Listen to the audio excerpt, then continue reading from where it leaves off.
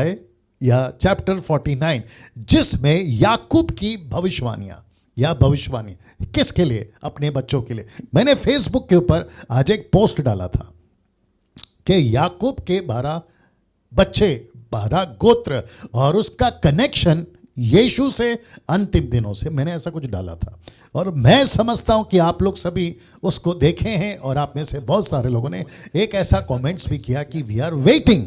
तो मैं समझता हूं आपकी जो वेटिंग है आज उसको हम पूरा करेंगे। तो मैं फिर पूछ रहा हूं कि आप लोग तैयार हैं? कुछ लोग टाइप करके भेज रहे हैं yes we are ready, so I am also ready. ये वचन 1 आपके बीच में इस वक्त पढ़ने जा रहा हूं। वचन 1, आप 1 मिनट इधर आ जाओ, देखते क्या होता है जी। वचन 1 आपके बीच में, हाँ ऐसे रुको। वचन 1, फर्क पड़ता है रुको रुको, एक उसको ले लो, कुछ ले लो। ओके, सबसे पहले वचन 1 आपके बीच में पढ़ने जा रहा हूं। लिखा है, फिर याकूब ने अपने पुत्रों को यह कहकर बुलाया, इकट्ठे हो जाओ, मैं तुमको बताऊंगा। मैं रिपीट करता हूं, इकट्ठे हो जाओ, मैं तुमको बताऊंगा। ना दोस्तों, वापस कहना चाहता हूं कि अगर ऐसा सोचिए या मान लीजिए आज 2 चैप्टर का जिक्र किया, अगर नहीं पूरा होता है तो किसी प्रकार का चिंता की बात नहीं है। क्यों? क्योंकि हम किसी प्रकार के टाइम, डेट, वक्त के बंधन में नहीं है। हम सिर्फ एक ही के बंधन में, और वो है परमेश्वर। तो उसके लिए आप लोग तैयार रहिएगा। वापस आते हैं। लिखा है, बहुत ध्यान से सुनिएगा, लिखा है इकट्ठे हो जाओ, मैं तुमको बताऊंगा। आइए देखते क्या बताऊंगा। आप लोग तैयार हैं?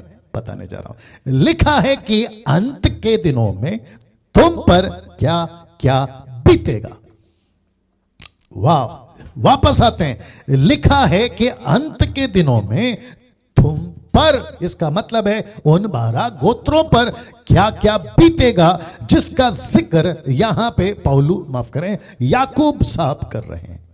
और मैं चाहता हूं कि एक एक चीज, जी एक एक चीज आपके बीच में अभी फिलहाल रखता चला जाऊं, ताकि आपको पता चले कि वो क्या क्या चीजें हैं जो परमेश्वर ने याकूब को बताई। किन के लिए? लिखा है, याकूब के पुत्रों इकट्ठे होकर सुनो, अपने पिता इज़राइल की और कान लगाओ। तो इसका मतलब है यहां बात हो रही है इज़राइलियों की, यहां बात हो रही है उनके 12 गोत्रों की, यहां पे बात हो रही है एक एक गोत्र के साथ में क्या है नेगेटिव, क्या है पॉजिटिव, क्या है सकारात्मक और क्या है नकारात्मक या जो भी है। ऐसी सभी चीजें उसका जिक्र यहां पे पौलुस करने जा रहा है। मैं चाहता हूं कि बड़ी तादाद में आप लोग इस बात को सुने, समझें, सीखें, और मेरी विनती है आखिर तक बने रहें। नाउ सबसे पहले दोस्तों के अंत के दिनों में तुम पर क्या क्या बीतेगा, जो कि यहां लिखा है अंत के दिनों में क्या क्या बीतेगा, तो मैं उसका खुलासा देने जा रहा हूं। क्योंकि ब्रैकेट आप देख सकते हैं कि बिल्कुल शुरू में स्टार बना है, तो उसका खुलासा देने जा रहा हूं। लिखा है 12 गोत्र क्या क्या करेंगे। मैं रिपीट करता हूं कि 12 गोत्र क्या क्या करेंगे। आपस में झगड़ना, मूर्ति पूजा, दूसरों से रिश्ता रखना। दूसरों से रिश्ता रखने का मतलब है संसारिक लोगों से, अविश्वासियों से, या फिर फिलिस्तियों से, या फिर कनानाइट्स यानी कि कनानियों से, और ऐसे लोगों से जो बाल की पूजा करते हैं, बाल देवता। आप सभी जानते हैं कि एक ऐसा परमेश्वर जिससे नफरत करता था। और क्या लिखा है? सकारात्मक, हाँ नकारात्मक। जी समीक्षा जी, थैंक यू जी। वापस आते हैं। लिखा है 12 गोत्र क्या क्या करेंगे। आपस में झगड़ना, मूर्ति पूजा करना, दूसरों से मतलब संसार से रिश्ता रखना। और लिखा है इजरायली इतने खराब हो जाते हैं कि कई बार परमेश्वर ने त्यागा, मार डाला और गुलाम भी बना दिया, या गुलामी में गए। जैसे कि आप सभी जानते हैं कि दानियल के टाइम पे पूरा का पूरा यरूशलेम, इजराइल गुलामी में चला गया। किसके? आप सभी जानते हैं द बुक ऑफ डैनियल के टाइम पे बताया था नबूकदनेस्सर राजा। और ऐसी कई बार परमेश्वर सांप भेज देता था, या फिर उनके साथ में कोई घटना घट जाती थी, जमीन फट जाती थी। ऐसा बहुत कुछ हुआ था। क्यों? क्योंकि ये 12 गोत्र थे जो क्या क्या करेंगे, आपस में झगड़ना, मूर्ति पूजा, दूसरों से रिश्ता का मतलब मैंने आपको बता दिया, बहुत कुछ करते थे। उनकी तरह कल्चर में मिल जाते थे, उनके जैसे कार्य करते थे, और वो सभी पाप जिसको आप गिन सकते हैं ना, वो सभी पाप, शराब पीना, नशा करना, व्यभिचार, XYZ सब करते थे। और जिसके चलते परमेश्वर ने याकूब से कहा, और याद रखो याकूब को परमेश्वर ने कट टू कट नहीं बताया, लेकिन अपोक्लिप्टिक आप सभी जानते हैं। मैंने जब शुरू किया था तब बताया था कि चिन्ह के रूप में, किसी दृष्टांत के रूप में, या किसी प्रकार के सिंबल के रूप में, चिन्ह के रूप में परमेश्वर बताता था ऐसे ऐसे ऐसे ऐसे। तो वापस कहता हूं कि कट टू कट नहीं लिखा, लेकिन परमेश्वर का धन्यवाद हो कि हम सभी के पास में 1 जॉन चैप्टर 2 वर्स 27, पहला यूहन्ना 2:27 लिखा है, वह अभिषेक, इसका मतलब है पवित्र आत्मा, वह अभिषेक जो तुम्हारे अंदर है तुमको सब कुछ सिखाएगा। वाव वापस आते हैं, लिखा है तुमको सब कुछ सिखाएगा। तो मुझको, आपको, हम सभी को, और वो 10% जो अच्छा काम करते हैं उन सभी सेवकों को, पास्टरों को, बाइबल टीचरों को, जिनकी गिनती 10% में आती है, जिनको मैं सैल्यूट करता हूं उनके अच्छे काम के लिए, उनको भी परमेश्वर का आत्मा सिखाएगा। और जिसके चलते आज मेरे पास, आपके पास में 66 पुस्तक, 66 बुक्स हैं, ओल्ड टेस्टमेंट में 39 और न्यू टेस्टमेंट में 27, ऐसे करते हुए 66 बुक है, जिसको एनालिसिस करके, स्टडी करके, ये व्यक्ति जिसका नाम डैनियल राज है, 27 साल के अनुभव के साथ में, घमंड की बात नहीं है, आपके बीच में एक एक चीज को बारीकी से स्टडी करके, हिस्ट्री को स्टडी करके, कल्चर को स्टडी करके, क्रिटिक्स को स्टडी करके, ट्रांसलेशंस को स्टडी करके आपके बीच में आता हूं। काफी दिनों के बाद यह डायलॉग तो मारना पड़ेगा, जिनका ज्ञान अधूरा है उनके लिए, जिनको कहते हैं ना महामूर्ख, उनके लिए, कि जिसको 18 पता है, 17 मत सिखाओ, 19 सिखाओ, आपके पैर के पास बैठ के सीखूंगा। वाह! तो कुछ चीजें रख रहा हूं, यानी कि ये आप लोग इसको जरा हजम करिए। पानी पी लेता हूं। जी दोस्तों, ओके, वापस पूछता हूं, अभी तक कैसा लग रहा है आपका? जो टिक टिक टिक टिक है ना, वो सब जारी रहे, कमेंट्स करना जारी रहे। आपकी जैसी कैपेसिटी है, आपकी जितनी ताकत है, आप वैसा कर सकते हैं, हिंदी, इंग्लिश, जैसा आपको ठीक लगे, जो भी आपकी भाषा है। चलिए वापस आते हैं 12 गोत्र। और मुझे ऐसा लगता है, मैं गलत भी हो सकता हूं, मुझे ऐसा लगता है कि इन 12 गोत्रों पर किसी प्रकार का टीचिंग जितनी तादाद पे होना चाहिए था उतना नहीं हुआ है। कोई नहीं, इसकी शुरुआत हमने की है, मसीह मंथन ने की है, और आपके बीच में, मैंने शुरू में कहा था, सही शिक्षा, खरी शिक्षा आपके बीच में लेकर आएंगे, और वो भी कॉन्टेक्स्ट में, संदर्भ। नाउ साथ ही साथ वापस आना होगा, साथ ही साथ अंत के दिनों में क्या क्या होगा, ये तो होगा, लेकिन ये भी होगा जो आपके स्क्रीन के ऊपर है। 800 लोग जुड़ गए हैं। मैं रिक्वेस्ट करता हूं कि वॉच पार्टी और शेयर करते रहे। लिखा है, याजक, महायाजक, लेवी, नबी, मूसा, हारून, कालेब, यहोशू, गिदोन, समसुन, शमूएल, शाऊल, दाऊद, सुलेमान, एलिया, एलीशा, दानियल। जी, इनका क्या कहते हैं ना, स्पेलिंग या मात्रा 19-20 हो सकता है, थोड़ा बर्दाश्त कर लीजिएगा, क्योंकि 5वीं क्लास 3 बार फेल आपके बीच में कम से कम दिनों से बात कर रहा है। जी, ये सब, जिसमें से कई राजा हैं, जिनमें से कई नबी हैं, जिनमें से कई सेवक हैं, भविष्यवक्ता हैं, बहुत सारे ऐसे सेवक हैं, अद्भुत अद्भुत काम किया है, ये सब के सब निकले इसी 12 गोत्र में से। Can you believe this? और इन सब का जो जड़ है वो है याकूब। याकूब, इसलिए लिखा है अब्राहम का परमेश्वर, इसहाक का परमेश्वर, याकूब का परमेश्वर। तो याकूब किसका जड़, याकूब का जड़ कौन है? इसहाक। इसहाक का जड़ कौन है? मतलब पिता अब्राहम, और हम सब का जड़ है परमेश्वर पिता। ना वापस आते हैं कि ये सारे के सारे याजक, महायाजक, लेवी है, नबी है, मूसा है, हारून है, कालेब है, यहोशू है, गिदोन है, सैमसन है, सैमुअल है, साउल है, दाऊद है, सुलेमान है, एलिया है, एलीशा है, दानियल है। और लिखा ये सब इन्हीं में से तो हैं, कुछ अच्छे तो कुछ बुरे, कुछ अच्छे तो कुछ बुरे। इसको लेके चलना पड़ेगा। पास्टर डैनियल, कौन कौन बुरे और कौन कौन अच्छे हैं, ये आपको खुद स्टडी करना पड़ेगा, क्योंकि कम से कम 39 बुक्स हैं। अब उसको मैं आधे घंटे में तो नहीं समझा सकता। आप लोगों को भी होमवर्क करना पड़ेगा, आपको भी देखना पड़ेगा कि कहां पर क्या क्या चीजें जिसको आप लेकर चल सकते हैं ना। दोस्तों वापस आता हूं इन सभी चीजों को लेकर। तो सबसे पहला जो गोत्र है उसकी बात करते हैं। याकूब के हिसाब से उसका सबसे पहला गोत्र है ये लड़का जिसका नाम है रूबेन। जी, लिखा है रूबेन।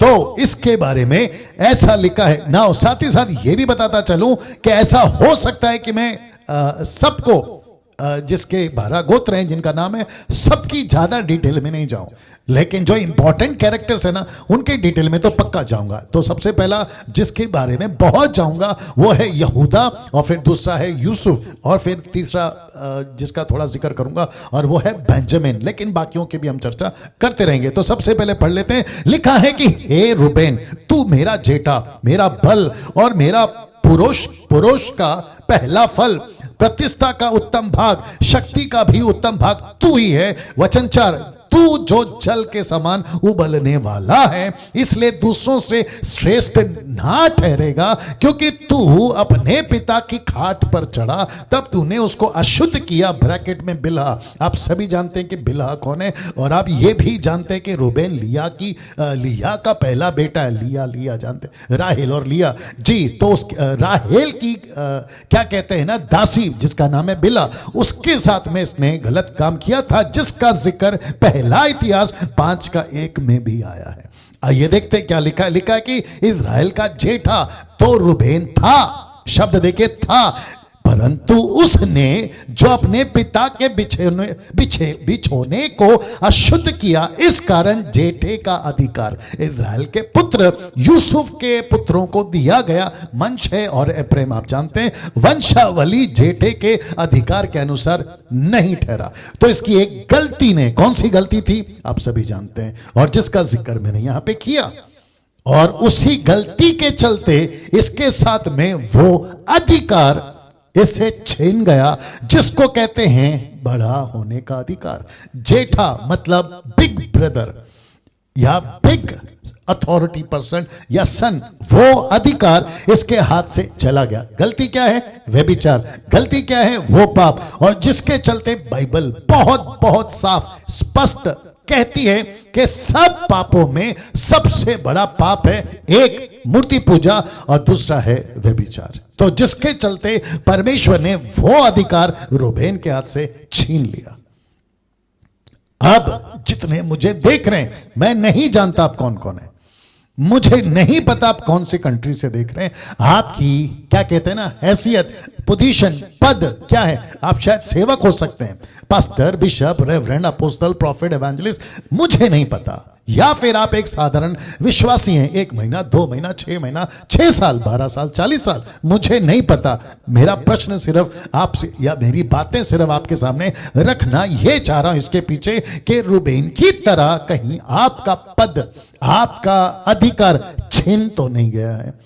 किसके चलते पास्टर डैनियल? इस बात के चलते कि कहीं आपके साथ में या आपने ऐसी कोई हरकत तो नहीं की जैसी हरकत रूबेन ने की।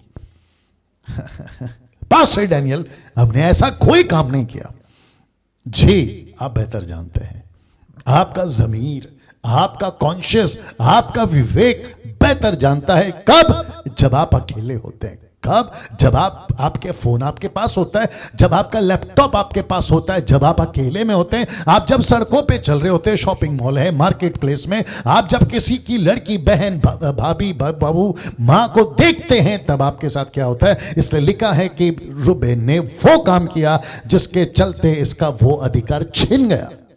मेरे पास में वक्त को भी ध्यान रखते हुए आगे बढ़ना होगा। शिमोन और लेवी ये एक साथ में दोनों आ गए। शिमोन और लेवी तो भाई भाई हैं, उनकी तलवारें उपद्रव के हथियार हैं। वचन 6 और लिखा है, हे मेरे जीव उसके मर्म में ना पड़, और हे मेरी महिमा उनकी सभा में मत मिल। मतलब जो याकूब है ना, वो खुद को कह रहा है ऐसा नहीं करूंगा, क्योंकि उन्होंने कोप से मनुष्यों को घात किया है और अपनी ही इच्छा पर चलकर बलों के पंगु बनाए, बैलों के पंगु बनाए, माफ करें।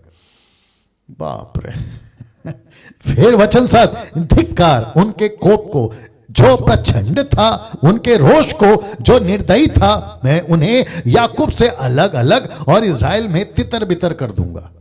ऐसा क्यों और क्या किया था आप सभी जानते हैं। शिमोन और लेवी ने पूरा का पूरा कस्बा, गांव या पुरुष जिनको छल कपट के चलते, उन सबको पहले तो खतना करवाया और फिर उनका कत्ल कर दिया। आप सभी जानते हैं। और जिसको याकूब कहता है ये गलत है। देखिए कभी कभी कुछ लोग क्या बोलते हैं मालूम है, मैं सही कर रहा हूं, मैं सही कर रहा हूं क्योंकि मेरी बहन के साथ में गलत काम किया, ऐसे चलते देखो मैंने मारा है, मैं सही कर रहा हूं। अच्छी बात है, ये आपके लिए अच्छी बात है, आपके हिसाब से सही है, लेकिन परमेश्वर को पूछा, इसलिए तो लिखा है ना कि उन्होंने पूछा नहीं, अपनी ही इच्छा पर चले। ये देखिए ना, लिखा है ना।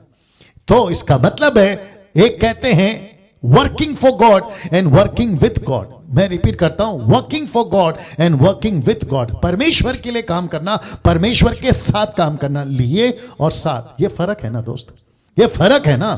तो आपको जब परमेश्वर के लिए काम करना है तो फिर वह आप अपने तरीके से करोगे, लेकिन परमेश्वर के साथ काम करना है, आप उसके तरीके से काम करोगे। यही कॉन्सेप्ट है और यही बारीकी सी फर्क है। लोग नहीं समझते। बोला मैं तो गा रहा हूं, मैं तो बजा रहा हूं, मैं तो जा रहा हूं, मैं तो आ रहा हूं। बोला क्यों? बोला परमेश्वर के लिए। ऊपर बैठा परमेश्वर बोलता है बेटा गा रहा है, बजा रहा है, आ रहा है, जा रहा है, ये तेरे लिए, तू तेरी मर्जी से कर रहा है, लेकिन इसमें मेरी मर्जी कहां है? इसलिए तो लिखा है ना इफिसियों 5:10 में कि पूछो उसकी मर्जी क्या है। वाह। वचन 8 लिखा है, हे यहूदा। अब ये जो कैरेक्टर है ना, ये बहुत इंटरेस्टिंग है क्योंकि इसमें यीशु है। आइए देखते हैं कैसे। चलिए वापस आता हूं, इसको कुछ सेकंड रखता हूं, पानी पी लेता हूं। जी जी, बहुत बहुत अद्भुत प्रकाशन इस गोत्र के साथ मुझको और आपको मिलने जा रहा है। आइए देखते हैं क्या क्या है। लिखा है, हे यहूदा। आप सभी जानते हैं यहूदा, सभी जानते हैं, मैं लगातार आपको बताते आया हूं। लिखा है, तेरे भाई तेरा धन्यवाद करेंगे। Interesting part. फिर लिखा है, तेरे हाथ तेरे शत्रुओं की गर्दन पर पड़ेगा। फिर तीसरा लिखा है, तेरे पिता के पुत्र तुझे दंडवत करेंगे। तो इसका मतलब है, एक है धन्यवाद, दूसरा है गर्दन और तीसरा है दंडवत। रिपीट करता हूं, एक है धन्यवाद, दूसरा है गर्दन, तीसरा है दंडवत। और ये सब करेंगे यहूदा के साथ। तो इसको एक एक करके देखते हैं, ठीक है? तुम्हारा बाइबल से जल्दी वचन देना मेरे को, वहीं से दे देना, ठीक है ना? सबसे पहले मैं कोशिश करूंगा कि वचन ना पढ़वाऊं, लेकिन अगर लीड होता है तो करवाऊंगा, ठीक है ना? लिखा है सबसे पहले धन्यवाद, क्योंकि यहूदा को लोग धन्यवाद करेंगे, खास करके तेरा भाई तेरा धन्यवाद करेगा। मैं बताने जा रहा हूं ये लोग कौन है। नंबर 1, लूका की किताब 2 अध्याय 25 से 32। तो आप लोग पढ़ लीजिएगा, लेकिन 25वां आयत जो कि कहता है, तो उसने उसे अपनी गोद में लिया। एक व्यक्ति था जिसका नाम था शिमोन। वो मंदिर में वेट कर रहा था जब मरियम पहुंची। किसके साथ? यीशु के साथ। तो जैसे ही पहुंची, ये व्यक्ति जो फास्टिंग में था, प्रार्थना में था, परमेश्वर के राज्य की बात जो रहा था, उसने यीशु को अपनी गोद में लिया और परमेश्वर का धन्यवाद करके कहा। ये इतना सा लाइन डाला है मैंने, बट मैं चाहता हूं कि लूका 2 अध्याय 25 से 32 तक आप लोग जरूर पढ़िएगा, ठीक है ना? इसको आप लोग जरूर पढ़िएगा। ये रहा दूसरा। लिखा है गर्दन, तो क्रूस उठाना। कुलुसियों की किताब 2 का नहीं, इधर है कुलुसियों की किताब, उसका 2:14, कोलोसियंस चैप्टर 2:14, और पहला था लूक चैप्टर 2:25-32, ठीक है ना? उसको आप लोग देख लीजिएगा ना। दोस्तों, अजीजों, परमेश्वर के लोगों, मैं वापस कहता हूं, एक धन्यवाद किसने की, कहां की? तेरे भाइयों ने। तेरे भाई यहूदा को बोला, तेरे भाई तुझे धन्यवाद करेंगे। तो किसने किया? इजरायलियों ने। किसको किया? यीशु को। ये बात है ना। दूसरा है गर्दन। गर्दन गर्दन, मैं वापस पढ़वा देता हूं आपको। तेरा हाथ तेरे शत्रुओं के गर्दन पर। तो सब क्या है? अपोक्लिप्टिक है। सब क्या है? चिन्ह के रूप में। सब क्या है? दृष्टांत के रूप में। तो मैं उसको रख रहा हूं। तो बात करते हैं गर्दन, जिसको कहते हैं क्रूस उठाना। और कुलिस्सियों 2:14 कहता है उसको क्रूस पर, किसको? शत्रु को, शैतान को, दुश्मन को लिखा है क्रूस पर कीलों से जड़कर सामने से हटा दिया। दूसरे शब्दों में लूसीफर जो शत्रु था उसको यीशु ने अपनी गर्दन पर क्रूस रखकर हटा दिया या मिटा दिया। दूसरे शब्दों में हरा दिया, सामना किया। यह उसका कनेक्शन है। और तीसरा है दंडवत, जो कि इजरायली का यीशु की आराधना करना। मैं रिपीट करता हूं कि इजरायली का यीशु की आराधना करना, दंडवत करना। क्योंकि लिखा है ना, वापस आना पड़े, तेरा भाई तेरे भाई तेरा धन्यवाद करेंगे, तेरा हाथ तेरे शत्रु के गर्दन पड़ेगा, तेरे पिता के पुत्र, तेरे पिता के पुत्र। तो इसका मतलब है इजरायली। मैं वो कनेक्शन दे रहा हूं। आई बात समझ में ना दोस्तों? वचन 9, यहूदा सिंह का बच्चा है। बढ़वा देता हूं, यहूदा सिंह का बच्चा है। यहां बच्चे का जिक्र है। आप देख सकते, लिखा नहीं है कि तू यहूदा सिंह है, जबकि प्रकाशित वाक्य 5:5 कहता है तू यहूदा का सिंह है। लेकिन यहां लिखा है तू यहूदा का बच्चा, माफ करे, यहूदा सिंह का बच्चा है।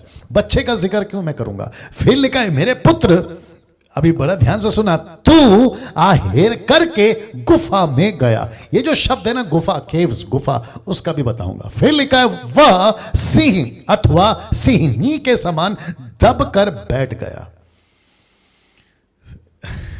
यहां पे दो हैं, एक है सिंह और दूसरा है सिंहनी। इसका मतलब है मेल लायन और फीमेल लायन। आप सबको इशारा मिल रहा होगा, आप समझ गए होंगे। अगर यीशु वो यहूदा का सिंह है तो कलीसिया भी यहूदी की सिंहनी है। क्या बात है दोस्त, आगे बताऊंगा। दबक कर बैठ गई, कहां बैठ गई वो भी बताऊंगा। फिर कौन उसको छेड़ेगा? दूसरे शब्दों में, इससे कौन पंगा लेगा, इससे कौन टक्कर लेगा? मैं आ रहा हूं। सबसे पहले सिंह का बच्चा है यीशु का जन्म।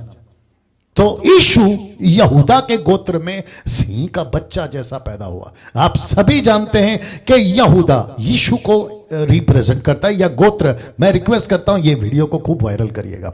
चलिए वापस आते हैं। लिखा है सिंह का बच्चा यीशु का जन्म को दर्शाता है, गुफा 3 दिन कब्र में रहने को दर्शाता है, दबक कर बैठ गया, मरकुस का 14:19 जल्दी देना, जो कि कहता है कि यीशु मसीह ने अपने चेलों से बात करी और वो पिता के दाहिने हाथ में जाकर बैठ गया, जिसका मतलब है कि यीशु मसीह अभी पिता के सिंहासन पर हैं। मरकुस की किताब, नीता जी डाल दीजिएगा, मरकुस की किताब उसका 14 अध्याय वचन 19 लिखा, उन पर क्या दिया आपने?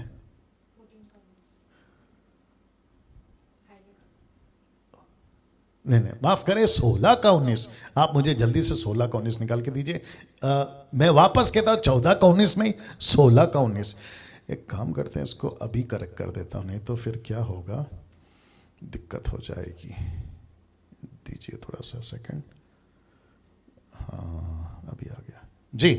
ओके, आपके बीच में रखने जा रहा हूं। ओके, वो वचन को भी डाल देता हूं, ठीक है ना? कहां गया? आ गया जी। मरकुस 16:19 लिखा है, प्रभु यीशु उनसे बातें करने के बाद, बड़े ध्यान से सुनना, लिखा है स्वर्ग पर उठा लिया गया और परमेश्वर की दाहिनी ओर बैठ गया। तो यहां पे क्या लिखा है? बैठ गया। कहां पे जाके बैठ गया? गुफा में के बाद दबक कर बैठ गया, जिसका अर्थ है कि सिंह पहले बच्चा था, फिर उसने खाना खाया। आना पड़ेगा वापस से। वापस किधर गया? ये रहा। ऐसा लिखा है, तू आहेर करके गुफा में गया। आहेर समझते हैं ना, शिकार। तो यीशु ने शिकार किया। क्या बात है यार, यीशु ने शिकार किया। किसका? लूसीफर का। किसका? पाप का। किसका? उस बुराई का। और कैसे विजय पाई? क्रूस पे। ठीक इसके पहले बता चुका हूं। यह सब कौन बोल रहा है? और मैं सबका कनेक्शन का वचन भी दूंगा आपको। यह सब कौन बोल रहा है अजीजों? यह सब कौन कह रहा है? याकूब। और याकूब को कौन बता रहा है? ऑफ कोर्स परमेश्वर। तो परमेश्वर ने इजराइल को बताया कि तुम्हारे यहूदा के गोत्र में एक ऐसा मसीहा पैदा होगा जो पूरी दुनिया के लिए बब्बर शेर बब्बर शेर, और लिखा है तू आहेर करके गुफा में गया। तो बड़े ध्यान से सुनना, एक तो लिखा है बच्चा, फिर लिखा है तू खाना खा रहा है। आदमी जब, माय गुडनेस गेट रेडी, एक बच्चा कब चेंज होता है? जब वो खाता है। एक बच्चा ट्रांसफॉर्म कब होता है? जब वो खाता है। उसका फिजिक, उसका बॉडी कब चेंज होता है? जब वो खाता है। और आपको मैं बता दूं कि यीशु मसीह ने कलीसिया को भी खिलाया। मैं कनेक्ट करूंगा, खाना, कौन सा खाना? उसका वचन जो अभी आपको मिल रहा है। वाह, कैसा लग रहा है दोस्तों? मुझे बताते रहे। लिखा है तू यहूदा सिंह का बच्चा, हे मेरे पुत्र, तू आहेर करके गुफा में गया। तो इसका मतलब है कि तू कम से कम 3.5 साल के बाद गुफा में गया। मिनिस्ट्री की बात कर रहा हूं, या 33.5 साल भी बोल लीजिए, कोई दिक्कत नहीं है। तो लिखा है तू आहेर करके गुफा में गया, और लिखा है वह सिंह अथवा सिंहनी के समान दबक कर बैठ गया। अब इसको सुनिए, फिर कौन है उसको छेड़ेगा? मैं इनका सबका खुलासा आपको दे रहा था। लिखा है सिंह का बच्चा, यीशु का जन्म, गुफा, 3 दिन की कब्र, और दबक कर बैठ गया। मरकुस 16:19 कहता है कि वो स्वर्ग में जाकर बैठ गया, जिसका जिक्र स्टीफन ने भी किया। आपके प्रेरितों की किताब 8वें अध्याय में उसने कहा कि मैं पिता के दाहिने हाथ में जो बैठा यीशु था उसको खड़ा हुआ देखा। क्या बात है दोस्तों। और आपका प्रेरितों की किताब में भी लिखा है कि यीशु मसीह स्वर्ग पर उठा लेगा ना। इसको देखिए, फिर कौन उसको छेड़ेगा? इसका खुलासा देता हूं। मरकुस की किताब उसका 16:19, वापस इसको 16 करना पड़ेगा। मरकुस का 16:20 एक्चुअली है, मुझे माफ करें प्लीज। बहुत सारा स्लाइड्स बनाता हूं दोस्तों, क्या करूं, 19-20 हो जाता है। 20 उसका आगे का देना, 20। एक सेकंड जी, मुझे माफ करिए, बट हम ठीक कर रहे हैं उसको, कोई दिक्कत नहीं है। 19-20 होता है, हम उसको ठीक कर रहे हैं। लिखा है सिंह का बच्चा, यीशु का जन्म, गुफा, बैठ जाओ ठीक से। अच्छा, फिर वापस लेना पड़ेगा ना। लिखा है गुफा, 3 दिन कब्र में दबक कर बैठ गया। मरकुस 16:19, यानी कि स्वर्ग पर बैठ गया। फिर कौन उसको छेड़ेगा? ये मेरे को अच्छा लगा, इसको कौन छेड़ेगा? तो जब गुफा में जाकर बैठ गया, अच्छा पढ़ना है ना, निकाल दिया ना आपने। अच्छा, लिखा है उसको कौन छेड़ेगा? दूसरे शब्दों में इससे कौन टक्कर लेगा? किससे? ऐसे, माय गुडनेस गेट रेडी, ऐसे बब्बर शेर से, ऐसे लायन से। बड़े ध्यान से देखना, जो पहले बच्चा था, फिर खाकर गुफा में गया, और फिर लिखा ऐसे बैठ गया, और तब कहता है कि उसको कौन छेड़ेगा? अब बाप रे, अब जिस, बहुत ध्यान से सुनना, हिंदू, मुस्लिम, सिख, ईसाई, बुद्धिस्ट, पारसी, आदिवासी, आप जो भी हैं, जिस यीशु को आज से 2000 साल पहले, जिसको आप लोग कहते हैं, जो अभी 2 महीने के बाद आएगा, क्रिसमस या नाताल या यीशु का जन्म, अब वो बेबी जीसस नहीं रहा, अब वो सबका बाप है, वो सबका बाप बन गया है। इसलिए तो लिखा है ना यशायाह की किताब में, वो प्रोफेसी करता है, कहता है कि अनंत काल का पिता, अनंत काल का पिता। मैं ये सारा कनेक्शन आपको इसलिए दे रहा हूं ताकि आपकी स्टडी मजबूत हो जाए, और जो ऐसे उल्टे सीधे लोग आते हैं ना, उनको आप लोग टक्कर दे सको, ऐसों को आप टक्कर दे सको, क्योंकि हम लोग को कोई छेड़ नहीं सकता। मैं वही तो कह रहा हूं ना, दिक्कत क्या है पता है? हमने अपनी को पहचाना ही नहीं, हम क्या चीज हैं, हम क्या कर सकते हैं, हमने खुद को पहचाना ही नहीं। हमारी पूरी जिंदगी तो माँ जासाठी प्रार्थना करा, मेरे लिए प्रार्थना करो, प्लीज प्रे फॉर मी, ऐसे में ही बिता दी। हम तो बैसाखी लेकर कलीसिया में आते हैं अपाहिजों की तरह, अरे मुझे कोई कुछ दे दो, अरे मेरी मदद कर दो। ऊपर बैठा परमेश्वर बोलता है, मैंने तुझे बनाया था चील का बच्चा, लेकिन तू निकला मुर्गी का बच्चा। आगे आप समझदार हैं जी। तो लिखा है उसको कौन छेड़ेगा? आइए बताता हूं, मरकुस 16:20 में क्या लिखा। ऐसा लिखा है कि जब यीशु स्वर्ग पर जाकर बैठ गया, तो लिखा है उन्होंने निकलकर, ये उन्होंने कौन है?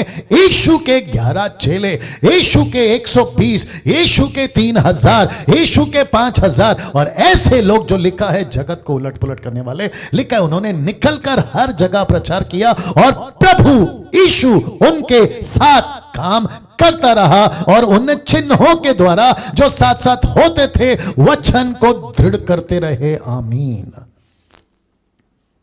ऐसा बब्बर शेर जो गुफा में बैठा है उसको कौन छेड़ सकता है, उसकी शेरनी को कौन छेड़ सकता है, उसकी शेरनी सिंहनी, इसका मतलब है फीमेल लायन, उसको तुम कैसे छेड़ सकते हो। मैं वही तो बता रहा हूं कि यहां बैठा डैनियल राज और वहां पर बैठे सुन रहे हैं आप लोग, हम सब यीशु की वो शेरनियां हैं, यीशु की कलीसिया है, यीशु की पत्नी है। आत्मिक बातें हैं, मूर्खों को समझ नहीं आएगी। ऐसे लोग हैं हम लोग जो जगत को उलट पुलट फिर से करने की ताकत रखते हैं। मैं इसलिए बार बार कहता हूं, खुद प्रार्थना करो, खुद परमेश्वर के लिए मजबूत हो जाओ। आपका आत्मिक जीवन अपाहिज नहीं, आपका आत्मिक जीवन जो दूसरे अपाहिज हैं उनको खड़ा करने वाला बन सके। बात समझ में आ रही होगी। बहुत बहुत अद्भुत मसाला दे रहा हूं ना। वचन 10, आगे तो बढ़ना होगा ना। वचन 10, जब तक शीलो ना आए। ये शीलो कौन है मैं उसको बताऊंगा। लिखा है तब तक ना तो यहूदा से राजदंड छूटेगा, फिर लिखा ना उसके वंश से व्यवस्था देने वाला अलग होगा, और राज्य राज्य के लोग उसके अधीन हो जाएंगे। किसके? यहूदा के। यहूदा का मतलब है यीशु, यीशु का मतलब है आत्मिक बातें हैं आप और मैं जो उसके साथ में जुड़े हुए हैं। मैं रिक्वेस्ट करता हूं मेरे साथ में बने रहें, जैसे आप लोग बड़ी तादाद में जुड़ रहे हैं। लिखा है शीलो, जो कि लिखा है ब्रैकेट में यूनिटी, जिसको कहते हैं ऐसे लोग नहीं आ जाएं जब तक क्राइस्ट मैंडेट के लोग एक साथ इकट्ठा ना हो जाए। शीलो का मतलब है यूनाइट होना, या फिर किसी प्रकार का ऐसा ब्रांच या ऐसी शाखा जिसमें बहुत सारे फल लगते हैं, जिसका जिक्र मैं आगे भी करूंगा। तो लिखा है कि जब तक शीलो ना आए तब तक ना तो यहूदा से राजदंड छूटेगा, ना उसके वंश से व्यवस्था। मैं वापस कहता हूं, परमेश्वर क्या चाहता है? यूनिटी। परमेश्वर क्या चाहता है? ऐसे लोग जो उसके क्राइस्ट मैंडेट को लेकर चले। और लिखा है राजदंड, और आप सभी जानते हैं कि प्रकाशित वाक्य में यीशु के भी हाथ में एक ऐसा राजदंड, और कलीसिया को भी कहता है विजय जो पाएगा मैं उसको राजदंड दूंगा। अधिकार को दर्शाता है। फिर लिखा है व्यवस्था, प्रेरितों की किताब 1 का 8 और मत्ती की किताब 24 का 14। आप सभी जानते हैं कि जब तक सुसमाचार पूरी पृथ्वी पे प्रचार नहीं होगा तब तक अंत नहीं आएगा। जिसके लिखा है व्यवस्था का प्रचार का मतलब है यीशु के सुसमाचार का प्रचार। और लिखा है अधीन, किसके अधीन? यीशु के अधीन। किसके अधीन? उन दिनों के लिए यहूदा के अधीन। और फिलिपियों 2 का 10 जो कि मैंने डाला नीचे लिखा है कि जो स्वर्ग में, पृथ्वी पर, जो पृथ्वी के नीचे हैं, वे सब यीशु के नाम पर घुटने टेकेंगे। क्या बात है, क्या बात है। यीशु के नाम पर घुटने टेकेंगे। Come fast. यीशु के नाम पर घुटने टेकेंगे। मैं कुछ सेकंड रख रहा हूं दोस्तों, इसको हजम करिए। हजम। वाह मैं समझता हूं जितने लोग देख रहे हैं 900 प्लस, आप सभी बहुत बहुत आशीषित हो रहेंगे। और मैं जानता हूं, मैं खुद आशीषित होता हूं मैं जब स्लाइड्स को रेडी करता हूं। जी, वचन 11 लिखा है वह अपने जवान गधे को दाखलता में और अपनी गधी के बच्चे को उत्तम जाति की दाखलता में बांधा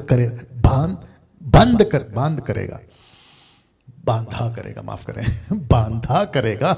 उसने अपने वस्त्र दाख मधु में और अपना पहरावा दाखों के रस में धोया। ये क्या है? यहां यीशु के लहू की बात हो रही है, और दूसरा यहां यीशु के अधिकार की बात हो रही है। जिसके पास यीशु का लहू है, जिसके पास यीशु का अधिकार है, ऐसा लिखा है वो बांधा करेगा। इसका मतलब क्या मालूम है? शैतान को बांधना, पाप को बांधना, अंधकार की ताकतों को बांधना। इफिसियों की किताब 6वां अध्याय वचन 10 कहता है कि हम सब की लड़ाई अंधकार की ताकत हाकिमों के साथ में। इसलिए लिखा है बलवंत बनो, जिसका जिक्र याकूब के द्वारा अभी हम पढ़ रहे हैं उत्पत्ति की किताब में, जिसका खुलासा वक्त वक्त पर परमेश्वर करते आया, वो चाहे पतरस हो, पौलुस हो, यूहन्ना हो। अमेजिंग।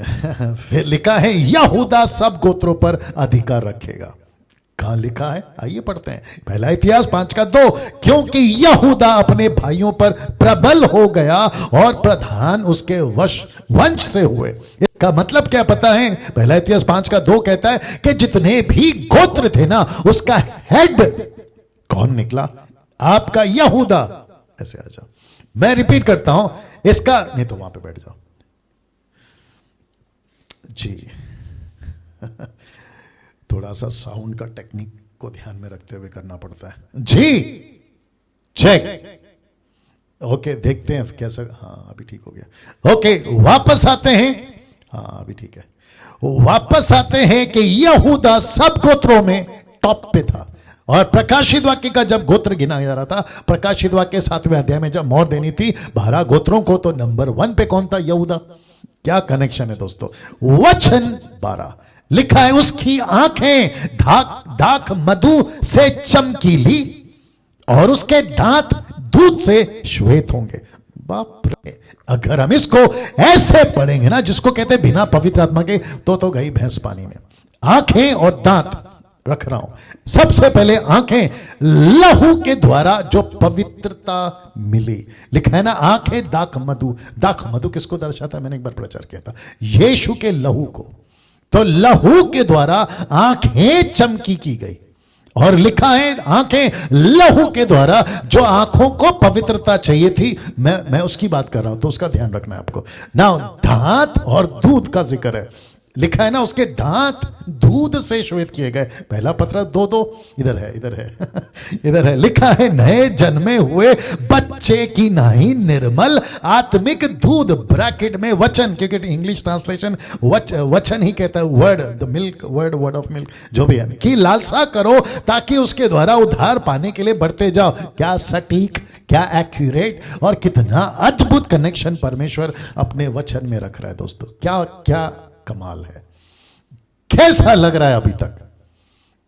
मैं फिर कहता हूं, इन सब का ब्लेसिंग यहूदा को मिल रहा है, जिसका आत्मिक अर्थ आपके बीच में रख रहा हूं।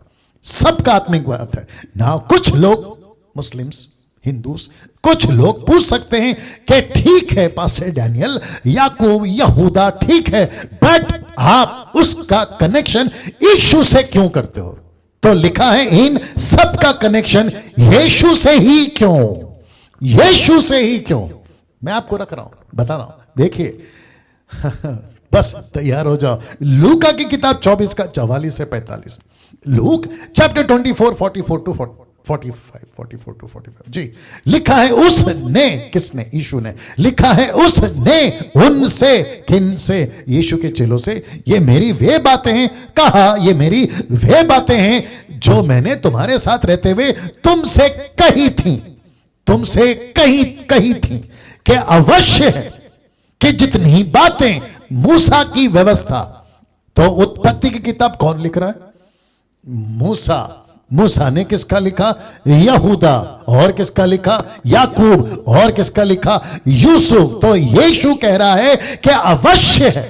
क्या बात है दोस्तों! लिखा है, अवश्य है कि जितनी बातें मूसा की व्यवस्था और भविष्यवक्ता और भजनों की पुस्तकों में, बड़े ध्यान से देखना, लिखा है मेरे विषय में लिखी है, वो सब पूरी हो, तब उसने पवित्र शास्त्र बूझने के लिए उनकी समझ खोल दी। ये सब का कनेक्शन मैं यीशु से नहीं करूं तो क्या पत्थर से करूं? यीशु से नहीं करूं तो क्या प्लास्टिक से करूं? यीशु से नहीं करूं तो क्या ये चांद तारों से करूं? इसका कनेक्शन हूबहू बखूबी यीशु से मिलता है, तो इन्हीं से करेंगे ना मेरे दोस्त। क्या बात है कैसा लग रहा है? क्या कभी इस तरीके से हमने बाइबल को पढ़ा था? मुझे क्या फील हो रहा है पता है? आप सभी जैसे जैसे स्टडी ले रहे हैं ना, जितने भी लोग, आप सभी का बाइबल पढ़ने का नजरिया चेंज हो गया होगा, मेरा ऐसा मानना है। और साथ ही साथ आपकी रुचि, इंटरेस्ट बढ़ गया होगा। यार इतना मसाला है और क्या सटीक है, एक काम करते हैं इसको और पढ़ते हैं, है ना। और मैं तो चाहता हूं कि ये हो, ऐसा प्रचार सुनो। मैं रिपीट करता हूं, आप किसको भी सुनते हैं, क्योंकि एक बार प्रचार किया था कि किसको सुनना है, होम टू लिसन, मैंने प्रचार किया था आई थिंक 2 संडे पहले। आप जिसको भी सुनते हैं, जिस किसी का भी प्रचार, उसमें डैनियल राज को भी डालो, लेकिन एक चीज ध्यान रखना, उनके प्रचार से मिशन की बातें निकलती हैं वो सही है, यीशु के नजदीक आने की बातें निकलती है वो प्रचारक सही है, यीशु से प्यार करने की बातें निकलती है वो प्रचारक सही है। अगर ऐसा नहीं है, अगर ऐसा है कि मुझे पैसा दे दो, मेरे हाथ में हाथ रखो, आपको आशीष मिलेगी, उनको टाटा करो, उनको टाटा करो। जी, वचन 13 जबलून लिखा है समंदर तट पर, अभी दूसरा आ गया, ठीक है ना, अभी हम यहूदा से निकल गए। यह है जबलून, समंदर तट पर निवास करेगा, वह जहाजों के लिए बंदरगाह बंदरगाह का काम देगा और उसका परला भाग सिदोम के निकट पहुंचेगा। इसाकार एक बड़ा और बलवंत गधा जो पशुओं के बाड़ों के बीच में दबका रहता है। वचन 15, उसने एक विश्राम स्थान देखकर कि अच्छा है, एक देश के मनोहर और अपने कंधों को बोझ उठाने के लिए झुकाया और बेगारी में दास का सा काम करने लगा। ना ये नेगेटिव नहीं है, ये जो व्यक्ति है ना जबलून, ये किसी प्रकार का नेगेटिव नहीं है, ये दर्शाता है काम को, ये दर्शाता है परिश्रम को, ये दर्शाता है एफर्ट को, और जो कि होना चाहिए द बॉडी ऑफ क्राइस्ट में ये एंगल भी होना चाहिए। नाउ ये आता है और एक कैरेक्टर जिसका नाम है दान, इंग्लिश में डैन और हिंदी में दान। मैं वापस कहता हूं DAN, डैन, और ये रहा हिंदी का दान। और साथ में बताता चलूं कि इसका नाम का मतलब है जज, न्याय करना, जिसका नाम का मतलब है जज, न्याय करना। जी, और साथ ही साथ लिखा है कि दान इज़राइल का एक गोत्र होकर, ब्रैकेट में लिखा है प्रकाशित वाक्य 5 का 7 का, जब गोत्र गिना जा रहा था, ये दान उसमें नहीं है। प्रकाशित वाक्य में आपको दान का गोत्र नहीं मिलेगा, मैं उसकी वजह भी आपको बताऊंगा और ये कैरेक्टर क्या है वो भी बताऊंगा। लिखा है जाति भाइयों का न्याय करेगा, और वो भी कौन से तरीके से, not in a positive way, ये गलत तरीके से न्याय करेगा। और ऐसे लोग हैं, और ऐसों के बीच में कभी कभी, ऐसों के साथ में कभी कभी मेरा भी सामना होता है, और जिसको समझ में आ गया, समझदार को इशारा काफी है। लिखा है जाति भाइयों का न्याय करेगा, उल्टी सीधी बातों से, मैं बता रहा हूं। वचन 17 लिखा, दान मार्ग में का एक सांप है। अरे बाप रे, सरपेंट, स्नेक, ऐसा सब लिखा इंग्लिश में। लिखा है दान मार्ग में का एक सांप और रास्ते में का एक नाग है। अरे बाप रे, ऐसा लिखा है नाग। अब आप सोचिए, एक कहता है सांप, दूसरा कहता है नाग, किसको? दान को। मैं बता रहा हूं क्यों, आगे रखूंगा। लिखा है जो घोड़े की नली को डसता है, घोड़े की नली को डसता है। जी, फिर लिखा है जिससे उसका सवार पछाड़ खाकर गिर पड़ता है। और वचन 18, हे यहोवा, मैं तुझी से उद्धार पाने की बाट जोता आया हूं। मतलब मैं आपको कनेक्शन दे रहा हूं, तो सबसे पहले ये देख लीजिए ठीक से, क्योंकि मैं भी रखने जा रहा हूं, ठीक है ना। आइए रखते हैं, गलत शिक्षाओं को फैलाने वाला दान का गोत्र। तो ये लड़का नहीं है, उसका गोत्र है, और ये अभी भी चल रहा है। इसका जो गोत्र है ना, ये अभी भी चल रहा है, जिसको कहते हैं गलत शिक्षाओं को फैलाने वाला। तो लूसीफर लिखा है ना, सांप, लूसीफर जैसे सांप बनकर कहां गया, आप सभी को पता है, अदन के वाटिका में। और उसने सबसे पहला क्या किया, उसने डिसीव किया, फंसाया। कैसे? गलत तरीके से। कैसे? गलत शिक्षाओं में। उसने वचन का सहारा लिया, लेकिन गलत तरीके से। क्या लिखा है, क्या कहा है, क्या बोला है, और यही चीज यीशु के पास में भी आया। वो तो शुक्र है, शुक्र क्या, वो तो होना ही था। यीशु ने उसको मुंह तोड़ जवाब दिया। मेरा प्रश्न है, अरे बाप रे, इसको कनेक्शन अलग देना पड़ेगा। और एक आ रहा है, दे दो, ले लो, माफ करे, ले लो, मैं देता हूं, तुम ले लो। मेरा एक प्रश्न है दोस्तों, लिखा है जाति भाइयों का न्याय करेगा। बहुत ध्यान से सुना समीक्षा, आप भी बहुत ध्यान से सुना, मसीह मंथन के एडमिन्स बहुत ध्यान से सुना, मसीह मंथन के फॉलोवर्स, आप जितने भी हमारे मेंबर्स हैं सभी सुनेगा। लिखा है जाति भाइयों का न्याय करेगा। बहुत ध्यान से सुनना। मेरा प्रश्न है आप लोगों से, जब कोई ऐसा डसता है, जैसा लिखा है कि एक घोड़ा अच्छा खासा जा रहा था, एक घोड़ा विजय की तरफ बढ़ रहा था, एक घोड़ा विक्टोरियस हो रहा था, लेकिन इसकी टीचिंग ने उसकी नली को डस दिया। मतलब कुछ ऐसा बोल दिया कि घोड़ा पछाड़ खा के गिर पड़ता है। देखो लिखा है ना, मतलब उसकी स्पीड रुक जाती है, मतलब उसका कार्य रुक जाता है। और जिसके चलते याकूब बोलता है, हे यहोवा मैं तुझी से उद्धार पाने की बाट जोता हूं। मतलब मुझे गलत शिक्षा देने वाला सांप की या नाग की जरूरत नहीं है, मेरा सही शिक्षा भरोसा यहोवा है। मैं पूछना चाहता हूं, जब कोई आपके पास आता है उल्टी सीधी बातें करता है, वो चाहे अन्य भाषा हो, वो women's can't be a pastor हो या दशमांश हो, सबत हो या किसी भी प्रकार की टीचिंग हो जो उनके हिसाब से आउट ऑफ द कॉन्टेक्स्ट है, वो जो सिखाते हैं, क्या आपके अंदर इतना दम या इतनी हिम्मत है कि आप उसको टक्कर दे सको, या फिर चुपचाप बैठ जाते हो? मेरा प्रश्न है आप लोगों से। कहते नहीं हम तो नम्रता दिखा रहे। मेरे भाई नम्रता है ना, सस्ती मत बनाइए नम्रता को, हम्बलनेस को ऐसा सस्ता मत बनाओ। बोला नहीं हम उनको जवाब देंगे तो झगड़ा हो जाएगा। अच्छी चीज के लिए, उसको सुधारने के लिए अगर आप जवाब देते हो और अगर झगड़ा होता है तो उसका जान बचता है तो होने दो ना। साथ ही साथ में अगर आप ये कहोगे, यीशु के पास आते थे शास्त्री फरीसी, क्या कहते थे पता है, ऐसा वैसा। यीशु क्या करता था, अरे कौन झगड़ा करेगा, आ जाओ साथ में चाय पीते। ऐसा किया। यीशु ने क्या किया, मुंह तोड़ जवाब दिया। बोला ये सही ये गलत। और जिसके चलते मैंने पिछले संडे को प्रचार करा कि भीड़ की भीड़ चकित हो जाती थी यीशु के जवाब से। मेरा आप सभी से कहना, झगड़ा नहीं करना है, प्यार से रहना है। ये कॉन्सेप्ट हमारा है, लेकिन कम से कम ये तो बताओ कि तुम जिस पानी को पी रहे हो उसमें जहर है। कम से कम ये तो बताओ। नहीं नहीं नहीं, हम कैसे बताएंगे उसको अगर हम कहेंगे तेरे ग्लास में जहर है, वो कहेगा तू कौन होता है बोलने वाला, तू मेरे पानी से अरे यार क्या लगा के रखा है। चीजों को समझो, जिस चीज को जवाब देना है उसको जवाब दो। तो गलत शिक्षाओं को फैलाने वाला दान का गोत्र, ऐसा ग्रुप आज भी काम कर रहा है। और आप कहोगे पास्टर डैनियल कैसे, मैंने तो शुरू में बता दिया। याकूब कहता है कि अंत के दिनों में क्या क्या होगा, मैं वो बता रहा हूं। और हम सब उसके साथ में कनेक्टेड है, इन गोत्रों के साथ कनेक्टेड है। कोई इधर से कोई उधर से। लिखा है धान का गोत्र निकला मूर्ति पूजक। मैं बताता हूं कैसे। द बुक ऑफ जजेस, अच्छा इसका पुस्तक भी न्याय, ये इन्हीं के गोत्र का है।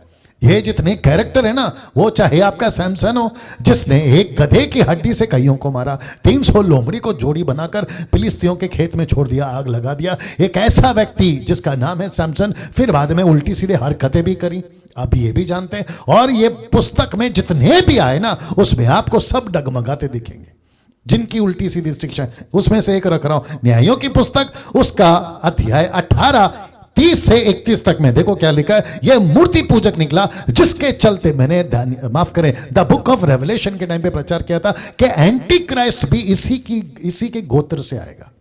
एंटी क्राइस्ट का मतलब क्या है, गलत शिक्षा। एंटी क्राइस्ट का मतलब क्या है, यीशु के खिलाफ। ये उसी के तो है। आइए देखते कैसे लिखा है। तब दानियों मतलब दानियों ने उस खुदी हुई मूरत को खड़ा कर लिया। देश की बंधुआई के समय वह योनातन जो गेशर्म का पुत्र मूसा का पोता था, लिख खुद मूसा रहा है, कहता है कि मेरे पोते ने ऐसी हरकत की थी। उन दिनों की बात कर रहा हूं। मूसा का पोता था, मूसा का पोता ओके। वह उसके वंश के लोग दान गोत्र के पुरोहित बने रहे। और जब तक परमेश्वर का भवन शिलो में बना ना रहा, तब तक वे मीका की खुदवाई हुई मूरत को स्थापित किए रहे। ऐसे लोग कौन, दान का मतलब है गोत्र। वाह मेरे दोस्तों अजीजों, अब आप सोचिए ऐसे गलत शिक्षा आज भी मसीह मार्केट में है। और यही वजह है कि हम सबको ऐसे लेवल पे खड़ा होना। इसलिए तो वचन 18 कहता ना, हे यहोवा मैं तुझी से उद्धार पाने की बाट जोता हूं। इसका मतलब क्या है, मैं ऐसे किसी शिक्षा को नहीं मानूंगा जो जबरदस्ती। और मैं वापस कहता हूं, कल की टीचिंग मिस नहीं करना। और मुझे नहीं लगता है कि आज 50वां आयत मैं पूरा कर पाऊंगा, क्योंकि 9 बज चुके हैं, आगे बढ़ना होगा। वचन 19 लिखा है, गाद पर एक दल चढ़ाई तो करेगा पर वह उसी दल के पिछले भाग पर छापा मारेगा। यह क्या है? युद्ध में ना हारना, विजयी बने रहना। गाद ये मैसेज दे रहा अंत के दिनों के लिए। वचन 20, अशेर तो जो अन्न उत्पन्न होगा, अशेर से जो अन्न उत्पन्न होगा वह उत्तम होगा और वह राजा के योग्य स्वादिष्ट भोजन दिया करेगा। नप्ताली एक छूटी हुई हिरनी है, वह सुंदर बातें बोलता है। ये सब कैरेक्टर्स इजराइलियों में थे, कलीसिया में भी होने चाहिए, और जिसके चलते परमेश्वर यहां पे हमें बता रहा है। जैसे मैंने शुरू में कहा कि मैं कुछ गोत्र के डिटेल में नहीं जाऊंगा, लेकिन कुछ के गोत्र में मैं डिटेल में जाऊंगा, और जिसके डिटेल में जाऊंगा अभी वो आ रहा है कैरेक्टर, माफ करें, जिसका नाम है यूसुफ। कुछ सेकंड रख रहा हूं जी, और साथ ही साथ वापस कह दूं, आज सिर्फ एक ही आयत होगा। मैंने आपको पहले कहा था अध्याय, माफ करें, आज 50वें अध्याय पे बात नहीं होगी क्योंकि वक्त हो गया है। चलिए वापस आते हैं यूसुफ के ऊपर। लिखा है वचन 22 में, लिखा है यूसुफ बलवंत लता की एक शाखा है। सबसे पहले यूसुफ के बारे में याकूब लिखता है कि यूसुफ बलवंत लता की एक शाखा है। मतलब यूसुफ एक ऐसी किसी पेड़ की डाली है। तो किस पेड़ की डाली है? देखते हैं, वह सोते के पास लगी हुई बलवंत लता की एक शाखा। नॉट लता, लिखा लता की, ये नहीं लिखा, लिखा है बलवंत, स्ट्रॉन्ग। ये कौन है मैं बताऊंगा। फिर लिखा है उसकी डालियां उसकी डालियां दीवार पर से चढ़कर फैल जाती है। मैं सबका कनेक्शन दूंगा, फोटो देख लो पहले। जी दोस्तों, फोटो देख लीजिएगा, अमेजिंग। ओके, जैसे ही आप ये फोटो देख रहे हैं, आप सभी को एहसास हो गया होगा, ये वचन माफ करें, ये फोटो, ये दृश्य, ऐसा पेड़ कौन से वचन को याद दिलाता है? भजन संहिता 1:3 लिखा है, वह उस वृक्ष के समान है जो बहती नालियों के किनारे लगाया गया है, अपने ऋतु में फलता है, जिसके पत्ते कभी मुरझाते नहीं, इसीलिए जो कुछ वह पुरुष करे वह सफल होता है। अब सोचिए, बहुत ध्यान से देखना, लिखा है सबसे पहले वह वृक्ष का कनेक्शन सीधा है पुरुष के साथ। तो पुरुष का कनेक्शन है वृक्ष के साथ, और वृक्ष का कनेक्शन है पुरुष के साथ। ट्री एंड मैन, क्या बात है। तो दरअसल परमेश्वर भजन संहिता में किसी पेड़ की बात नहीं कर रहा, और याकूब भी किसी पेड़ की बात नहीं कर रहा। वो बात कर रहा है, सब ठीक है, वो बात कर रहा है एक ऐसे पुरुष की, एक ऐसे पुरुष की। ये कौन सा पुरुष है? लिखा है जो बहती नाली के किनारे लगा था। तो इसका मतलब है यूसुफ कहां लगा था? एक ऐसी ब्रांच बनकर, एक ऐसी शाखा बनकर जिसका पेड़ कोई और था, और लिखा है वो पेड़ बलवंत था। आइए बताता हूं यीशु के साथ इसका कनेक्शन क्या है। क्या आप लोग तैयार हैं? सबसे पहला ये फोटो देख लो जी, ये फोटो देख लीजिएगा, क्या बात है। नाउ आप सभी को पता है एक ये अंगूर का गुच्छा है, और साथ ही साथ ये अंगूर का गुच्छा अंगूर का गुच्छा जिस डाली के साथ लगा है, वो डाली एक पेड़ के साथ कनेक्टेड है। ये देख लीजिएगा। अब मुझे इससे रिलेटेड स्क्रिप्चर आपके बीच में रखने दीजिए। लिखा है यूहन्ना 15:5, लिखा है मैं दाख लता हूं बलवंत, याद आ गया आपको। लिखा है मैं दाख लता हूं और तुम डालियां हो, शाखा, तुम डालियां हो जो मुझ में बना रहता है और मैं उसमें, वह बहुत फल फलता है, क्योंकि मुझसे अलग होकर तुम कुछ भी नहीं कर सकते। मैं रिपीट करता हूं, मुझसे अलग होकर, मुझसे अलग होकर। मेरा प्रश्न है, यूसुफ जब अकेला था कहां? पोतीपर के घर पर, जेल में, इजिप्ट में। उसके साथ कौन था और वो किसके संगति में रहता था। अब आया समझ में, कनेक्ट हो रहा है अभी आपको। इसका मतलब है कि जब उसने कहा ना यूसुफ तो बलवंत लता की एक शाखा है, तो वो याकूब किसकी बात कर रहा है? परमेश्वर की। और यूसुफ को क्या कह रहा है? तू शाखा है। और परमेश्वर को क्या कह रहा है? लता नहीं, बलवंत लता। इसका मतलब है कि जिसके साथ में तेरा कनेक्शन है, जिसके साथ में तू लगा रहता है ना, वो एक ऐसा पेड़ है जो सिर्फ पेड़ नहीं है, बलवंत पेड़ है। एक ऐसा परमेश्वर जिसकी बात मैं अभी कर रहा हूं, एक ऐसा परमेश्वर जिसकी बात याकूब कर रहा है। मेरे दोस्तों, मेरे अजीजों, मुझे जितने लोग सुन रहे हैं, आप छोटे चर्च के हैं या बड़े चर्च के, अमीर हैं या गरीब हैं, उच्च जाति नीच जाति पिछड़ी जाति, मुझे नहीं पता, लेकिन मैं कम से कम आपको यह बताता चलूं कि जिस लता के साथ तुम जुड़े हो, मतलब पेड़ के साथ तुम जुड़े हो, जिस फल की तुम अपेक्षा कर रहे हो, उसका नाम यीशु है। एक ऐसा पेड़, लिखा है मुझसे अलग होकर तुम कुछ नहीं कर सकते। इस बात का एहसास यूसुफ को था 17 साल की उम्र में। 17 साल की उम्र में इसको एहसास था। इसलिए इसने क्या कहा पता है? मैं बाप से दूर हूं, मैं भाइयों से दूर हूं, मुझे धोखा मिला है, मुझे गंदी तरीके से बेचा गया है, मेरे क्या कहते हैं ना, मेरी मानसिकता ठीक नहीं है, मैं टूट चुका हूं, मैं नशा कर सकता था, मैं पाप कर सकता था, पोतीफर की पत्नी के साथ में जो चाहो कर सकता था, लेकिन उसने ऐसा किसी प्रकार का चुनाव नहीं किया। इसलिए तो लिखा है कि मुझसे अलग होकर यूसुफ तो कुछ नहीं कर सकता। जितने मुझे अभी सुन रहे हैं, अनीता, सुनीता, कविता, लता, मुझे नहीं पता, राकेश, मुकेश, अनिल, सुनील, सलीम, सलमान, मुझे नहीं पता आप कहां से हैं, अमेरिका, यूरोप, अफ्रीका, भारत, कहां से मुझे नहीं पता, लेकिन मैं आपको यह बताता चलूं कि जब भी तुम यूसुफ की तरह अगर जेल में हो, तुम अकेले नहीं हो, परमेश्वर तुम्हारे साथ है। अगर तुम पोतीफर की पत्नी के समस्या का सामना कर रहे हो, तुम वहां अकेले नहीं हो। अगर तुम अपनी नौकरी, बिजनेस पार्टनर जो धोखा देकर चला गया, ऐसा किसी प्रकार के परिस्थिति में हो, तो तुम अकेले नहीं हो। इसलिए यीशु ने कहा कि तुम तब ही फलोगे अगर तुम मेरे साथ में बने रहोगे और मैं तुम में। और इसको कहते हैं संगति, इसको कहते हैं संगति, इसको कहते हैं फेलोशिप, इसको कहते हैं परमेश्वर के साथ में उठना बैठना, इसको कहते हैं परमेश्वर के साथ में लगे रहना। कैसा लग रहा है दोस्तों? टाइप करके बताते जाए कैसा लग रहा है। अमेजिंग अमेजिंग चीजें रख रहा हूं। लिखा है परमेश्वर की संगति में, इसलिए वो फलवंत रहा, इसीलिए वो फलवंत रहा।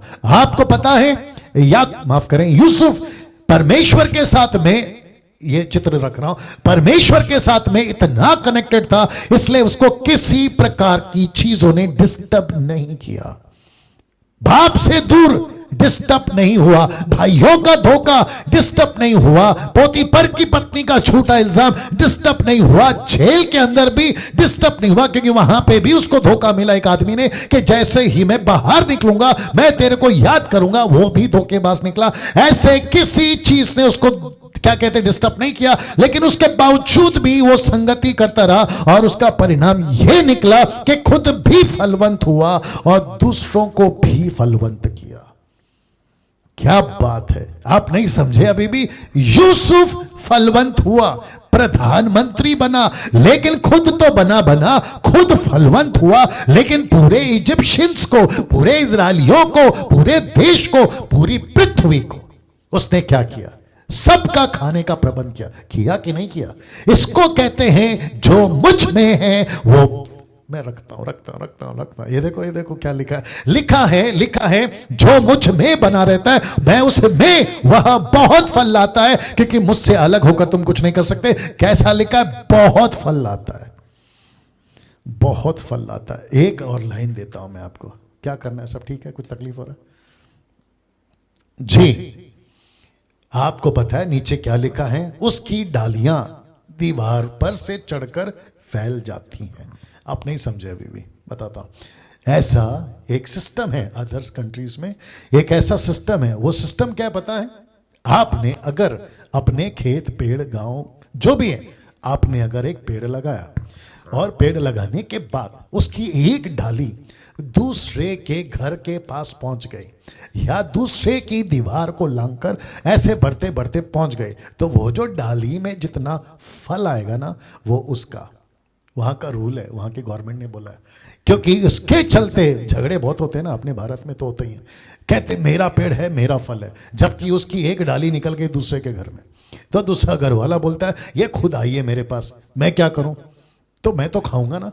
तो सोचिए, आम का हो, एप्पल का हो, या जो भी चीज हो, जब वो दूसरा खा रहा होगा, वो जाता होगा, अच्छा मेहनत कौन कर रहा है, कोई और, मेहनत कौन कर रहा है, कोई और। जैसे यूसुफ ने मेहनत करी और फल कौन खा रहा है, कोई और। इसलिए लिखा है दूसरों को भी फलवंत किया। मेरा प्रश्न है, आज आपका क्या? देख लीजिए आपके स्क्रीन के ऊपर, आज आपका क्या, आज आपका क्या? क्या ऐसे लगे हो जैसे यूसुफ, जी जैसे यूसुफ लगा था, ऐसे लगे हो, ऐसे लगे हो? परमेश्वर मुझसे, आपसे डायरेक्ट बात कर रहा है आज। क्या ऐसे हम लगे हैं? मेरा प्रश्न है आपसे, क्या हम ऐसे फल रहे हैं जिसका जिक्र यीशु कर रहा है? क्या हम खुद फलवंत हो रहे हैं, दूसरों को फलवंत कर रहे हैं? मेरा आपसे एक प्रश्न है दोस्तों, बड़े ध्यान से सुनिएगा, मैं इसको रख रहा हूं। आपके पास में बहुत कुछ है, आपकी आवाज, आपका पैसा, आपका टैलेंट, आपका नॉलेज, आपकी पर्सनैलिटी, आपका वक्त, सब कुछ आपके पास है। खुद खा रहे हो या दूसरे को भी खिला रहे हो? हाँ फिर पूछूंगा, खुद खा रहे हो या दूसरों को भी खिला रहे हो? आई बात समझ में? एक और कनेक्शन आ रहा है। बाइबल के अंदर यीशु ने, जॉन द बैप्टिस्ट ने जिस नदी में पानी दिया ना, उसको कहते हैं यरदन, यरदन नदी। याद आया कुछ? लेकिन ठीक उसी शहर में एक और नदी है जिसको कहते हैं डेड सी, मरी हुई नदी, डेड सी। आपको पता है डेड सी सिर्फ लेती है, देती कुछ नहीं है, लेकिन एक ऐसी नदी है जिसका नाम है यरदन नदी, वो देती है। आप कौन से, माय गुडनेस गेट रेडी, आप कौन से क्रिश्चियन हैं, जॉर्डन की तरह या डेड सी की तरह? मैं सीधा पूछ रहा हूं आपसे, घर बैठे बैठे डेड सी बन गए हो, किसी को वचन नहीं सुनाते, किसी को सुसमाचार नहीं, किसी को परमेश्वर के बारे में नहीं, किसी प्रकार का उसका राज्य की चिंता नहीं करते। तुम ऐसे डेड सी अगर बन गए हो, आज मेरा मैसेज आपको यरदन नदी बना दे, जॉर्डन बना दे। क्या बात है इसको देखिए दोस्तों, मजा आएगा आपको। वचन 23 लिखा है, धनुधारियों ने, धनुधारियों ने, तीरबाज ब्रैकेट में लिखा है, उसको खेदित किया। किसको? यूसुफ को। उस पर तीर मारे, उसके पीछे पड़ गए। किसके? यूसुफ के। ये वचन बता रहा है कौन? याकूब। अब देखते हैं, सबसे पहले तीर मारा उसके भाइयों ने, दूसरा तीर मारा पोतीपर की वो स्त्री ने जिसका मैंने जिक्र किया, मारी थी, और तीसरा मारा था जेल में, आप सभी जानते हैं, पिलाने हारा, दाकरस पिलाने हारा, उसने भी धोखा दिया।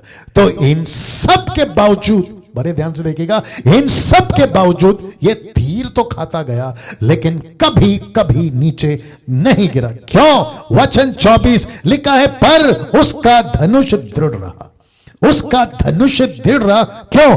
उसकी बाहें और हाथ याकूब के उस शक्तिमान परमेश्वर के हाथों के द्वारा फुर्तीले किए गए थे। बड़े ध्यान से देखिएगा मेरे हाथ को।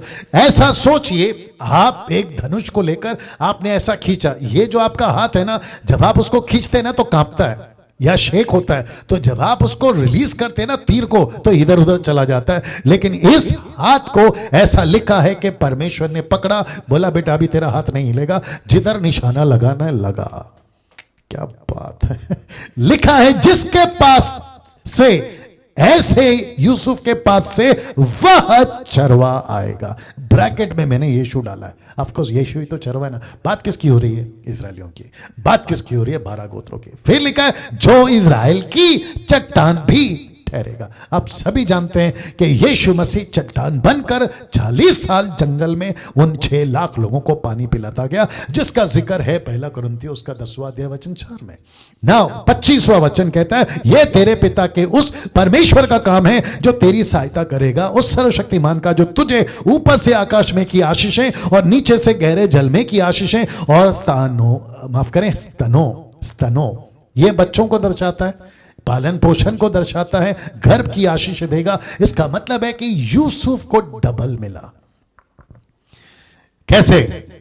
यूसुफ को 2 जगह मिला या 2 गोत्र मिला, एक है मनशे, दूसरा एफ्रेम। मैं बता चुका हूं, और ये उसी को कनेक्ट कर रहा कि यूसुफ कभी कभी गरीब किसी प्रकार के लाचारी में नहीं जिएगा। मैं भी वही बता रहा हूं कि अगर तुम यीशु का काम करोगे, यीशु के रास्ते पे चलोगे, परमेश्वर आपकी हर जरूरत को पूरा करता चला जाएगा, जिसकी गारंटी डैनियल नहीं, जिसकी गारंटी यीशु देता है। वचन 26 लिखा है, तेरे पिता की आशीर्वाद मेरे पितरों के आशीर्वाद से अधिक बढ़ गई है, सनातन पहाड़ियों की मनचाही वस्तुओं के समान बनी रहेंगी। वे यूसुफ के सिर पर जो अपने भाइयों से अलग किया गया था, जरा शब्द देखे ब्लैक में स्पॉट किया, उसी के सिर के मुकुट पर फलेंगे, फूले फलेंगे।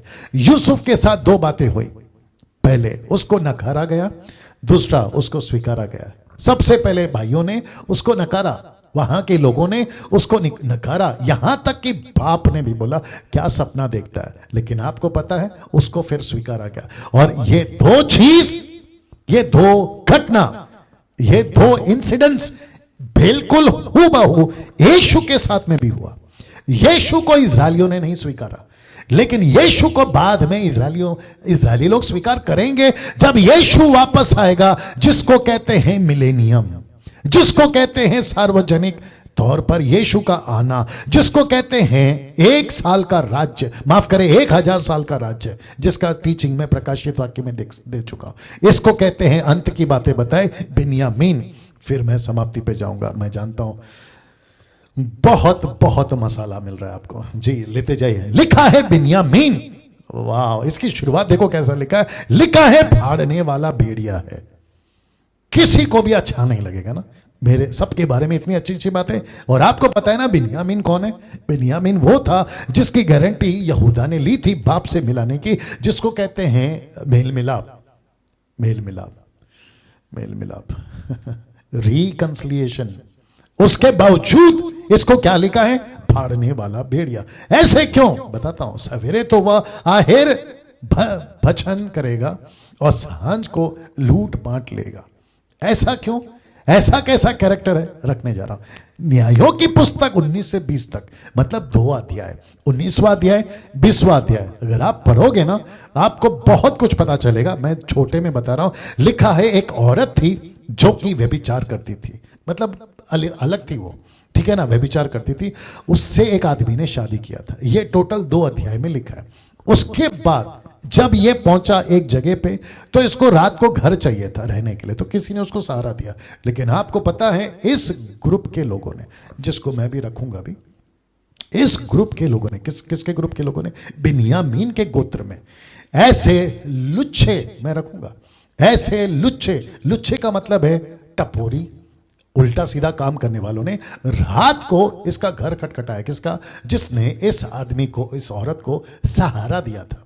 आपको पता है उन सब ने इसके साथ में गलत काम किया, और जिसके चलते ये औरत मर गई। कौन? ये व्यभिचार करने वाली औरत, जिसके चलते उस आदमी ने, जिसने उसे शादी किया था, इसके 12 टुकड़े करके 12 गोत्रों में भेज दिया। ये 12 गोत्र जिसमें बिन्यामीन भी है। तब पता चला, लुच्चों की मदद की थी 20 के 13 में। और मैं आपके बीच में रखने जा रहा हूं कि बिन्यामीन, न्यायों किताब उसका 21 का 5 में, तब इजरायली पूछने लगे, इजराइल के सारे गोत्रों में से कौन है जो यहोवा के पास सभा में नहीं आया था? उन्होंने तो भारी शपथ खाकर कहा था, जो कोई मिस्पा को यहोवा के पास ना आए वह निश्चय मार डाला जाएगा।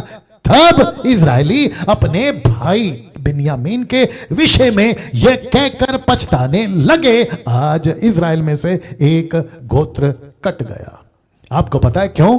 क्योंकि बिन्यामीन ने इन लुच्चों की मदद की थी, जिसने ऐसा कांड किया था, और जिसके चलते बिन्यामीन क्या निकला? फाड़ने वाला भेड़िया। ऐसा गोत्र, ऐसा चरित्र, ऐसा कैरेक्टर, ऐसी बातें आज मसीह में भी है, जिसके चलते परमेश्वर ने भी कहा, ऐसे दूजीते डबल माइंडेड लोग। कलीसिया में याकूब की किताब उसका 4 अध्याय वचन 8 से आगे। दोस्तों कैसा लग रहा है? यह सब आपके बीच में मैं क्यों रख रहा हूं? क्योंकि इन सब से हम बहुत कुछ सीखते हैं। अभी 28 समाप्ति पर आ रहा हूं। लिखा है इजराइल के 12 गोत्र यही हैं, और उनके पिता ने जिस जिस वचन से उनको आशीर्वाद दिया वे यही हैं, एक एक को उसके आशीर्वाद के अनुसार उसने आशीर्वाद दिया। याकूब को मिट्टी देने संबंधी आज्ञा, याकूब को मिट्टी देने संबंधी आज्ञा। वचन 29 हाँ 29। तब उसने ये कहकर उसको आज्ञा दी, मैं अपने लोगों के साथ मिलने पर हूं, इसलिए मुझे हित्ती अब्रोनी की भूमि वाली गुफा में मेरे बाप दादाओं के पास मिट्टी देना। वचन 30 अर्थात उसी गुफा में जो कनान देश में मेमरे के सामने वाली मकपेला की भूमि है, उस भूमि के अब्राहम ने हित्ती अब्रोनी के हाथ से इसलिए मोल लिया था कि वही कब्रस्तान के लिए उसकी नीच भूमि हो। आपको याद होगा ना, वह अब्राहम उसकी पत्नी सारा को मिट्टी दी गई, और वही इसहाक और उसकी पत्नी रबिका को भी मिट्टी दी गई, और वही मैंने लिया को भी मिट्टी दिया। मेरे को एक बात समझ में नहीं आती, इसका पहला प्यार था राहेल, बाद में थी लिया। अब ये क्या कहता है पता है, यूसुफ जब तू मुझे गाड़ेगा ना तो लिया के पास में गाड़ना।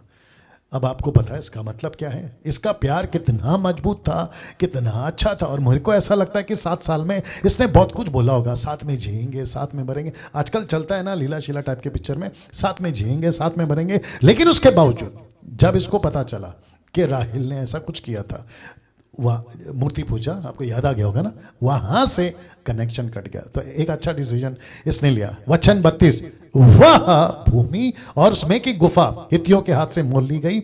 वचन 33, याकूब जब अपने पुत्रों को यह आज्ञा दे चुका तब अपने पांव खाट पर समेट प्राण छोड़े और अपने लोगों में जा मिला। याकूब मर गया, बट कल इसकी मैयत फ्यूनरल कैसे होगी आपको मैं कल बताऊंगा, क्योंकि कल याकूब को दफनाया जाना, भाइयों का विश्वास आश्वासन देना, और सबसे दुख की बात है यूसुफ की मृत्यु। और मैं आपको सच बताऊं, कल यानी कि जब मैं प्रचार कर रहा हूंगा, मैं आपको कल भी बोलूंगा कि अगर मैं इसके टाइम पे होता या पैदा हुआ होता, मैं इसकी मैयत पे जरूर जाता। क्या गजब का आदमी है। दोस्तों मैं यहां समाप्त कर रहा हूं, आप सभी से कल मुलाकात होगी, और मैं जानता हूं कि आज का अद्भुत प्रकाशन 12 गोत्र का आपने सीखा, पाया। परमेश्वर आपको बहुत ऐसे आशीष करे। पेज को लाइक करिए, चैनल को सब्सक्राइब करिए, और साथ ही साथ जितना हो सकता है शेयर करिए। ठीक 8 बजे की मुलाकात होगी। अपना ख्याल रखिएगा। जय मसीह।